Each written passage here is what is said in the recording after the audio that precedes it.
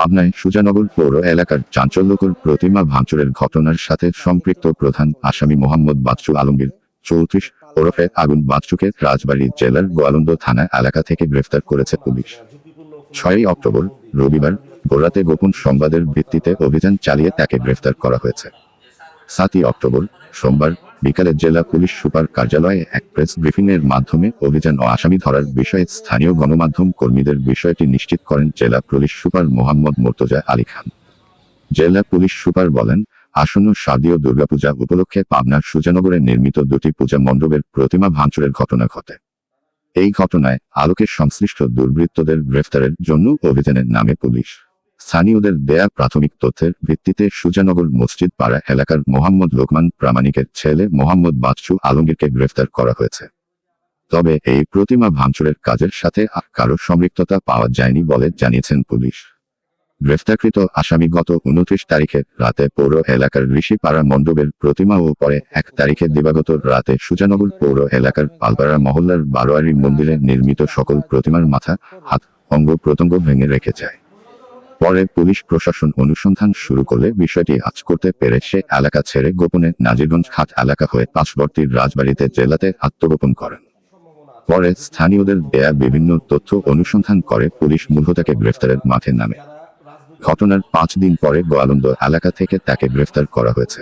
গ্রেফতারকৃত আসামি বিজ্ঞ আদালতের কাছে মন্দিরের প্রতিমা ভাঙচুরের সাথে নিজের সম্পৃক্ততার কথা স্বীকার করেছে।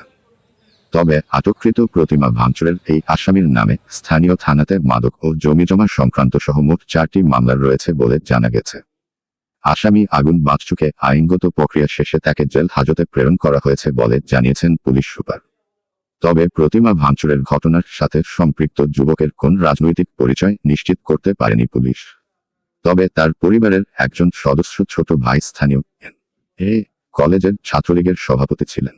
5 আগস্টের বৈষম্য বিরোধী ছাত্র আন্দোলনের পর থেকে সে এলাকা ছেড়ে আত্মগোপনে রয়েছেন। সংবাদ সম্মেলনে উপস্থিত ছিলেন পাবনা জেলা পুলিশের অতিরিক্ত পুলিশ সুপার প্রশাসন শাহনেওয়াজ, সরকারি পুলিশ সুপার আরজুমান আক্তার, জেলা গোয়েন্দা ডিবি পুলিশের ওসি মোহাম্মদ হাসান বাশির, সুজানগর থানার ওসি মোহাম্মদ গোলাম মোস্তফা, এসআই মোহাম্মদ নূরে আলম প্রমুখ। @24 পাবনা। দুইটি মূর্তি ভাঙার ঘটনা ঘটেছে। দুইটা মণ্ডপে পরপর একদিন পরপর দুইটা মণ্ডপে মূর্তি ভাঙার ঘটনা ঘটেছে। একটা ঋষিপাড়াতে আর একটা হলো পালপাড়াতে।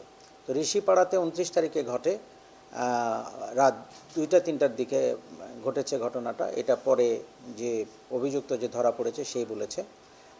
ওইটা 2টা-2:30টার দিকে সে ওই ঋষিপাড়ার মন্দিরের মূর্তি ভেঙেছে।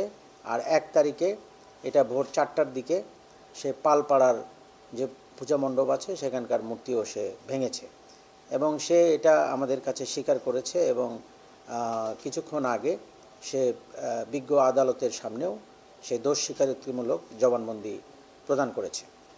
তো তার বক্তব্য মতে সে এই যে প্রতিমা পূজা মূর্তি পূজা, তারপরে এই জিনিসটা তার ভালো লাগে না। ব্যক্তিগতভাবে তার এই পূজা অর্চনার যে সংস্কৃতি হিন্দুদের, এটা তার পছন্দ না। সে চায় যে সবাই ইসলাম ধর্ম গ্রহণ করবে এবং তার বক্তব্য মতে সে তার এলাকাতে যে মণ্ডপ দুইটাতে প্রতিমা সে ভেঙেছে সেখানেই কাছাকাছি তার বাড়ি। সে সেই এলাকাতে হিন্দু পরিবারদেরকে সে দাওয়াতও দিয়েছে যে এগুলো বাদ দিয়ে তাদেরকে ইসলাম ধর্মে আসতে হবে। তো তারা নাকি তাকে বলেছিল যে কথাও দিয়েছিল যে তারা ইসলামের পথে আসবে, কিন্তু তার কথা শোনে নাই। এটা একটা কারণ যে কেন শোনে না, এটা থেকেও তার একটা ক্ষোভ তৈরি হয়েছে। আর স্বপ্নেও সে এরকম নির্দেশনা পেয়েছে যে এগুলো করতে দেয়া যাবে না, এগুলো ভাঙতে হবে, ভাঙলে সুজানগরের অনেক উন্নতি হবে, এই ধরনের কথাবার্তাও সে বলেছে। এবং সে যে ভেঙেছে সেটা অকপটে স্বীকার করেছে। সে